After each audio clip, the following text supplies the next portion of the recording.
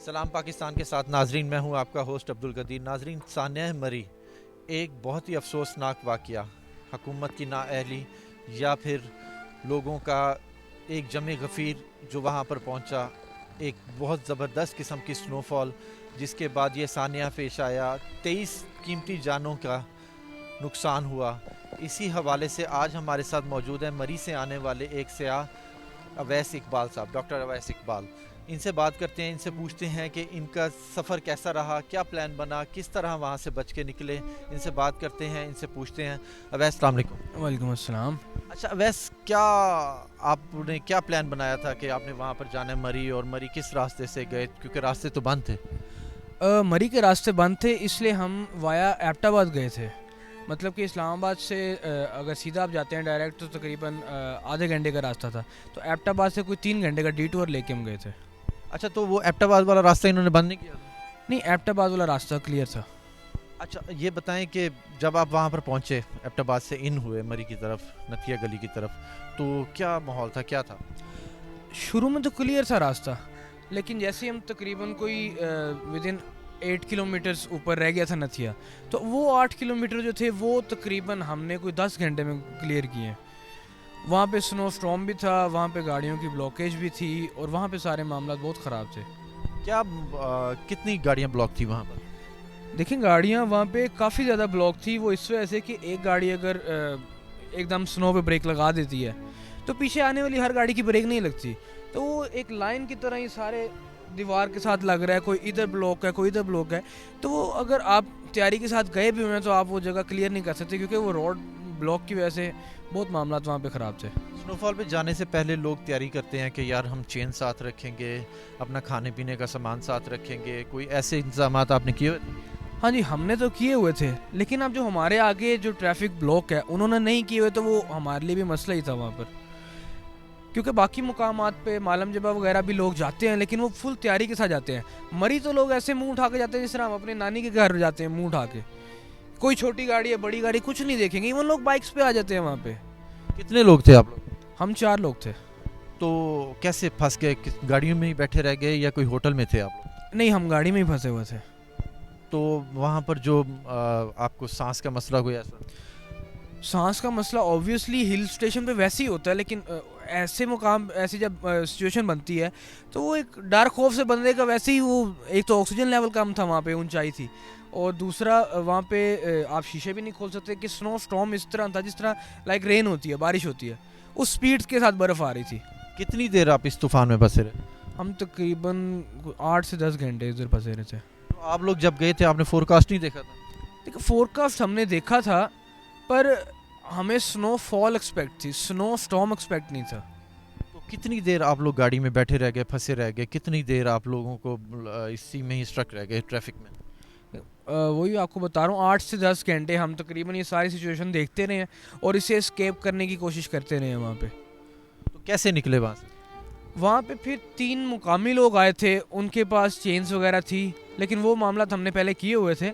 तो लास्ट पे जब हर गाड़ी वहाँ पे, क्योंकि इतनी स्नो हो गई थी, इतनी स्लिपरी थी कि ये क्रूज़र ZX रीवो शीवो कुछ भी ऊपर नहीं जा सकता था बगैर स्नो चेन्स के।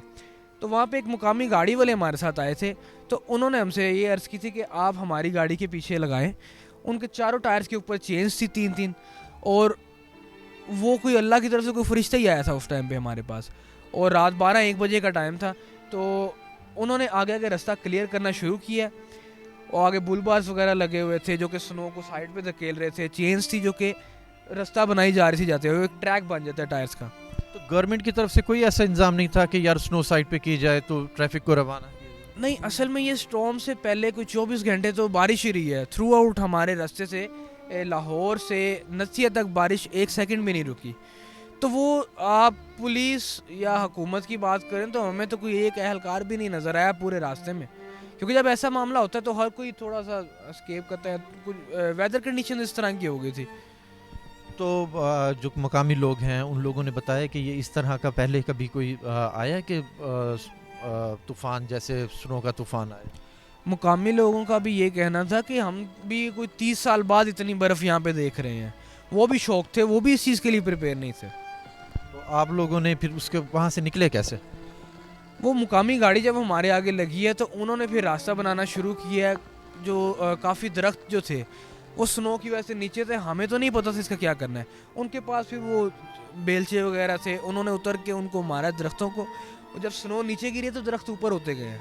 इस चीज़ का भी हमारे एक नई चीज़ हमें देखने को मिली वहाँ पे। तो जैसे जैसे दरख्त ऊपर होते गए तो रास्ता बनता गया। तो जो लोग, अगर हम होते वहाँ पे, वो लोग ना होते तो हम तो गाड़ी में बैठ के देखते रहते कि यार अब ये दरख्त का क्या करना है। तो उन्होंने वो रास्ता क्लियर करवा के, तो हमारे साथ साथ गाड़ी के डाले पे से हम, तो वो साइड फुटरेस्ट पे हमारे साथ खड़े रहे हैं।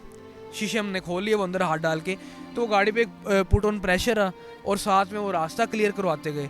तो इस तरह करके वो लोग हमें आगे तक लेके गए थे। कितने फुट बर्फ पड़ चुकी थी उस तूफान की वजह से? कम अज़ कम भी अगर सिंगल स्ट्रेट रोड है ना, तो समझ ले मेरे कद से ऊपर तक तो बर्फ़ थी वहाँ पे। तो वो कहते हैं गाड़ियाँ उसमें धंसी हुई थी, गाड़ियों का पता भी नहीं लग रहा था कि वहाँ पर गाड़ियाँ भी हैं या नहीं है। गाड़ियाँ छोड़ के जो पिकअप बड़े ये जो क्रूज़र वगैरह थे, वो भी एक लग रहा था कि ऐसी अल्लाह ही माफ़ करे कि जिस तरह कवर होती है, टोटली कवर्ड था।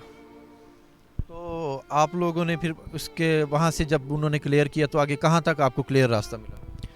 हमें उन्होंने क्लियर किया था नथिया के सिर्फ पहला स्टॉप हमारा स्टे वहाँ पे होटल एलीट में था, तो वो तकरीबन स्टार्ट में था। ये स्नोफॉल के 7-8 किलोमीटर्स के बाद वो था, लेकिन वो 7-8 किलोमीटर को 10 घंटे में क्लियर होते। और मज़ीद जैसे आप ऊपर जाते हैं, मतलब कि इस तरह था कि आप 1 किलोमीटर के बाद कम से कम 1 फुट बर्फ़ का इजाफा हो रहा था। अच्छा, होटल की आपने बात की, ये बताएं कि होटल के किराए सुना है इस बार इन्होंने 4 गुना क्या 10 गुना क्या 100% ज़्यादा कर दिया। होटल्स मरी में बहुत इस तरह की सिचुएशंस देखने को मिली हैं। उसके बरक्स नथिया के लोग कोऑपरेटिव थे, उन्होंने कोई मजबूरी का फ़ायदा नहीं उठाया। और जहाँ तक अपने होटल की मैं बात करूँ तो उन्होंने काफ़ी लोगों के साथ उनको फ्री एकोमोडेट किया, उनको खाना भी देते रहे हैं, हर चीज़ प्रोवाइड करते रहे हैं, और किसी को डिस्काउंट दिया है, किसी को होटल का रेंट ही नहीं वसूल किया। और जब गवर्नमेंट की तरफ से पैगाम आया है ये कि सैटरडे को काफ़ी लोगों को कि आपने एग्ज़िट नहीं करने देना, तो लोग कह रहे थे हमारे पास पैसे नहीं है कि हम इधर नहीं रह सकते। तो होटल मालकान का वहाँ पे तो ये कहना था कि आप पैसों के बगैर यहाँ पे स्टे करें, जो एक रात का आपका मसला है, क्योंकि गवर्नमेंट की तरफ से इंस्ट्रक्शन आ चुकी थी कि जो होटल्स में उनको अभी एग्ज़िट ना करने दें, क्योंकि आगे रास्ते ब्लॉक थे अभी। तो वो जो सुन रहे हैं कि जी इन्होंने 50,000 रुपये एक नाइट का कर दिया था, तो वो मरी वाले होटलों ने किया था? वो मरी में इस तरह की सिचुएशन क्रिएट हुई थी। लेकिन हर जगह पे अच्छे लोग भी हैं, बुरे भी हैं। कुछ मालकान ने ये भी किया, कुछ ने किराए माफ़ भी किए, कुछ ने डबल भी किए। दोनों तरह के मामला तो वहाँ पे आए हैं, फेस हुए हैं। पांचों उंगलियां बराबर तो नहीं होती। अच्छा, तो आप अब मुझे फाइनली ये बताएं कि आप फिर कितने घंटे आप लोग एक्स्ट्रा वहाँ पर रुके और वहाँ पर निकलने में आपको कितनी कब आप लाहौर पहुँचे? कि हम फ्राइडे को रात को वहाँ पे स्टक हुए थे, और सैटरडे संडे और फिर संडे को तकरीबन दोपहर 5 बजे जाके शाम 5 बजे के करीब रास्ता क्लियर हुआ था। तो फिर अब आप आज सुबह? हाँ जी, आज सुबह अभी तकरीबन चंद घंटे पहले ही मैं पहुंचा हूँ यहाँ पे, क्योंकि मोटरवे भी धुंध की वजह से, ये फॉग की वजह से ब्लॉक थी। तो वाया जीटी रोड तो घर वालों से राब्ते में थे? घर वालों से राब्ता हो गया था, बल्कि जो फूफी चाचे राब्ता नहीं करते थे ना, वो भी एक देख के कि ये बंदा वहाँ पे, तो आखिरी फ़ोन करके उन्होंने भी राब्ता कर लिया था।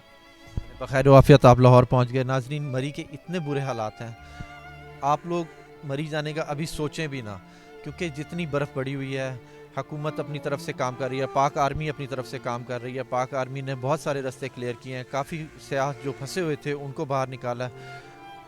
अभी ऐसा है कि इतना बड़ा सानिया, इतने सारे लोगों की बात, और कई लोग अभी भी बर्फ़ में धंसे हुए हैं, कई लोग की गाड़ियाँ अभी भी, लोग अपनी गाड़ियाँ छोड़ के वहाँ से निकले हैं एक साइड पे करके। बहुत शुक्रिया। सलाम पाकिस्तान।